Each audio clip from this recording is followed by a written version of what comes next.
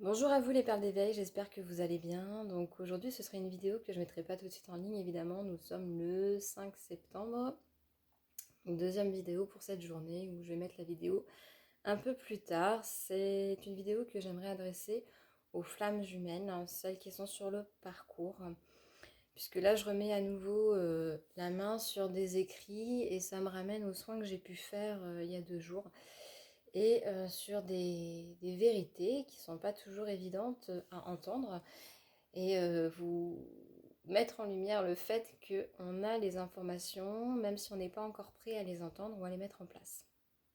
Donc là, ça date de novembre 2018, ça faisait 2 mois que j'avais décidé de me séparer du papa de mes enfants après 16 ans de relation. Donc, en fait, j'ai commencé à écrire un petit texte. Et puis je pense que j'ai un relais qui s'est fait. Sur le moment, j'en ai pas pris conscience parce que je me suis certainement pas relue. Et là, j'ai trouvé ça assez incroyable, donc j'avais envie de vous le partager. Donc j'ai commencé par écrire: j'aurais aimé que tu me dises quelques mots pour m'aider à trancher sur tes pensées.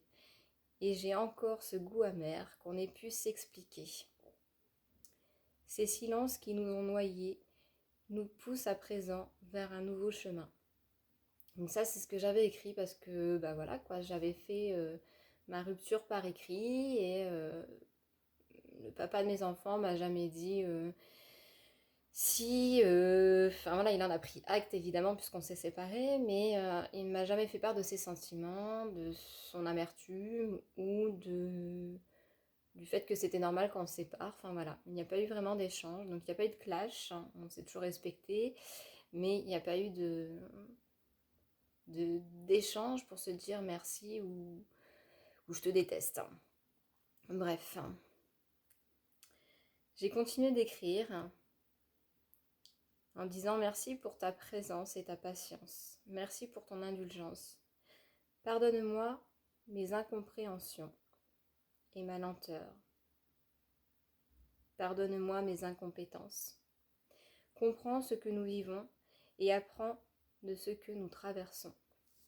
Donc là, je me dis que c'est autant moi qui l'écris pour lui que moi pour moi. Ça pourrait très bien être un message également de mon âme. euh, voilà, qui me met en conscience en fait mes apprentissages et le fameux timing dans lequel je suis toujours en opposition. Le fait d'avoir des difficultés à accepter que j'ai un rythme assez lent, voilà, pour comprendre les choses. Et là, je pense que c'est mon âme qui a pris le relais. Le chemin est parfois long, mais suivons nos perceptions pour qu'elles nous mènent là où nous devons. Le silence est vaste, et nous créons dans cet espace nommé le vide. Tout est utile et utilisé. Ne crois pas que tu perds des informations. Tout est bien là où il doit être. Dans le sommeil et les silences naissent de belles histoires qui poussent à en écrire la suite. Donc dans ce petit texte, ça me dit bien qu'en fait tout est ok, tout va bien. Tout est fait pour que les choses en fait se mettent en place naturellement. Et que mes décisions en fait sont forcément les bonnes, que si on n'a pas réussi à échanger, et ben c'est que c'était mieux ainsi. Moi c'est comme ça que je le traduis. Et j'étais retombée également sur le week-end où j'ai décidé de me séparer. Ce week-end-là en fait, j'ai eu un regard que je ne voulais plus jamais voir. Et il y a eu un cataclysme en moi qui a fait que c'était fini en fait. Même si ça faisait des années où je me disais c'est fini, enfin il y a un truc qui va pas. Là c'était vraiment fini et je savais que je reviendrais pas en arrière. Mais j'ai quand même posé la question à l'univers. J'ai quand même dit envoyez-moi un signe, c'est oui ou non, c'est vraiment définitif, hein, puisque j'avais déjà fait des... J'avais déjà pris la décision dans certaines disputes où je me disais c'est fini, pour moi c'était réellement fini. Donc je me disais, c'est peut-être encore un truc comme ça. Et finalement, le matin, le lendemain matin, comme on se parlait pas, je me suis dit, je vais aller à la piscine.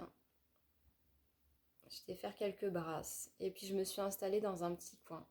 Et moi, j'ai besoin d'avoir un message clair de l'univers. J'ai vraiment besoin d'avoir une information claire. C'est pas juste un oiseau qui se passe qui se pose à droite ou à gauche où je comprends pas la signification. Il faut vraiment que ce soit très clair. Et là, c'était foudroyant en fait à quel point c'était clair.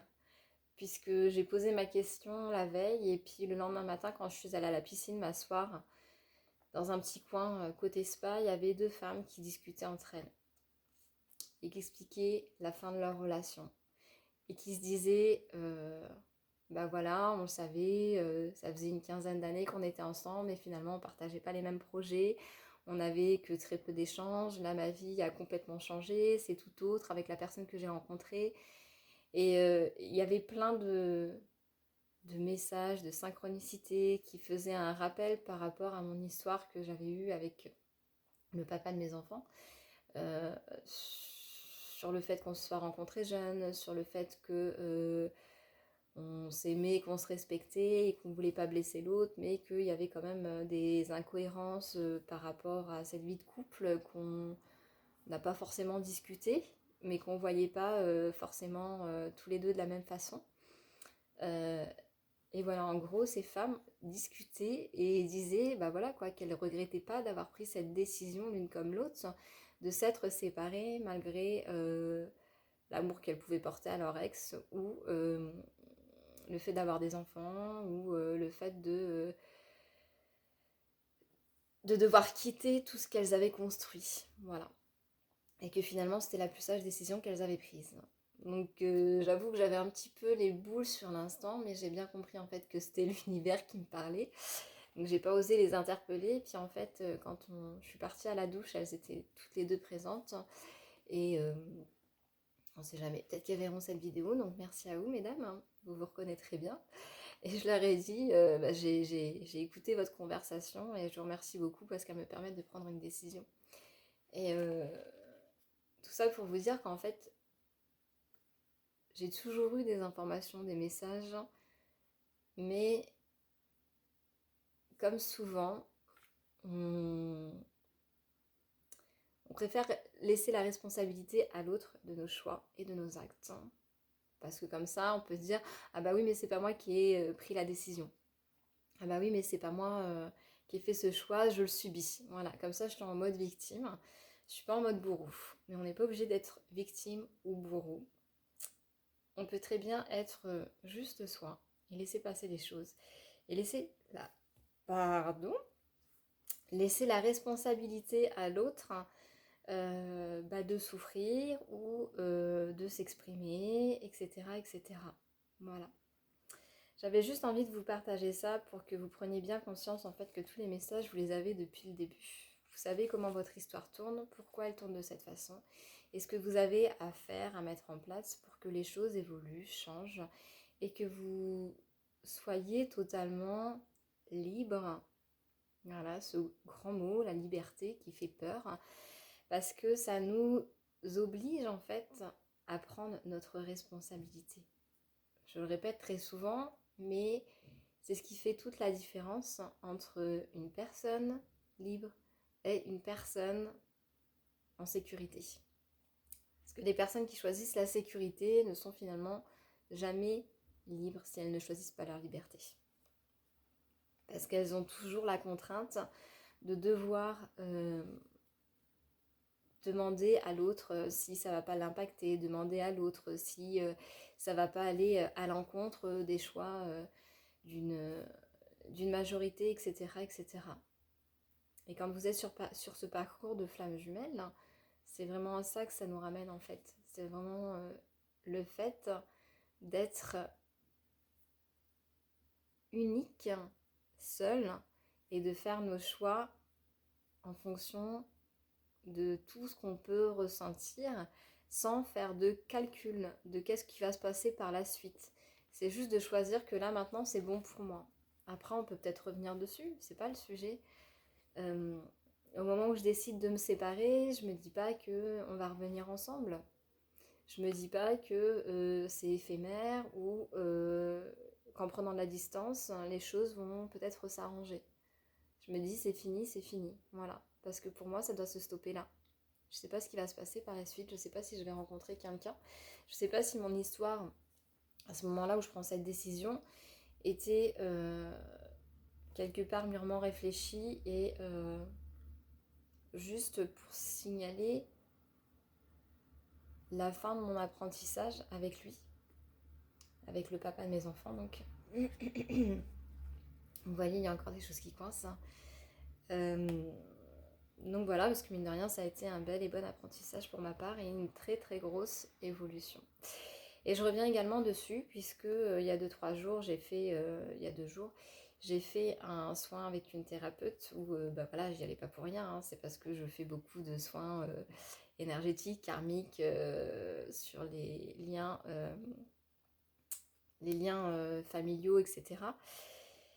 Et c'est vrai que je travaille très peu sur le corps émotionnel, parce que j'ai du mal à laisser parler mes émotions, et là je sais que c'est nécessaire de pouvoir aller jusqu'au bout de la libération. Et donc, dans cet échange que j'ai eu avec cette thérapeute, elle me mettait bien en conscience en fait que j'avais toujours ce lien malgré tous les petits bonhommes allumettes, les dessins agissants, les régressions de vie karmique qui pouvaient me lier encore au papa de mes enfants. Voilà, plein de choses qui faisaient que j'étais persuadée, et même intérieurement, énergétiquement, je me sentais vraiment libérée par rapport à lui. Et justement, elle m'a fait remarquer, cette personne, que j'avais quand même encore cette culpabilité d'avoir abandonné le papa de mes enfants, que j'avais préféré prendre la fuite quelque part, plutôt que de rester et essayer de trouver une autre solution. Voilà. Même si pour moi c'était forcément le bon choix, la séparation, et puis que chacun prenne la tangente pour évoluer chacun de notre côté. Bref, ça mettait juste vraiment en lumière le fait que cette blessure d'abandon, je ne l'ai pas maîtrisée comme je le pensais, je l'ai juste déportée, puisqu'elle me faisait remarquer également que par rapport à mon foyer, donc à mes enfants, j'avais quand même encore cette dépendance. Que sans eux, finalement, il y a une partie de moi qui meurt.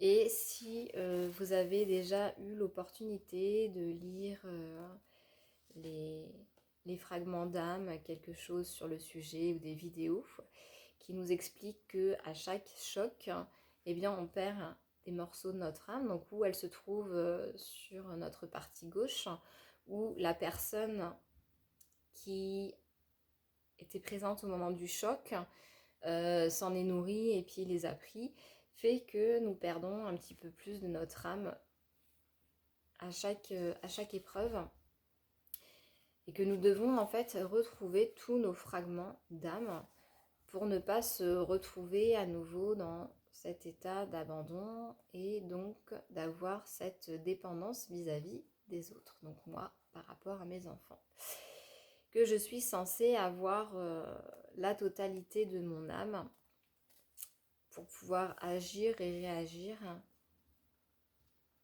avec toute la conscience dont j'ai besoin et ne pas me laisser tomber. Voilà, et bien écoutez, j'espère que cette vidéo vous sera utile. Ce sera une vidéo privée, je pense, qui sera vraiment dédiée aux flammes jumelles, des personnes qui ont suffisamment avancé sur leur parcours, qui peuvent vraiment comprendre ce que je leur dis et à qui ça permettra vraiment d'ouvrir des portes et de pouvoir se relier à elles-mêmes. Voilà pour cette vidéo, j'espère qu'elle vous sera grandement utile et qu'elle aura un impact fort en vous pour vous permettre de reconnaître et d'accepter que tous les choix que vous avez faits, même s'ils étaient parfois difficiles, étaient judicieux et vous ont forcément amené à une compréhension plus grande et à un détachement important pour le futur. Et pour ce que vous vivez là actuellement maintenant, tout simplement. Voilà. qui vous permettra également peut-être d'attirer à vous ce que vous méritez enfin. Voilà. Eh bien moi je vous souhaite tout le bonheur du monde et je vous dis à très vite dans une prochaine vidéo. Bisous à vous. Ciao.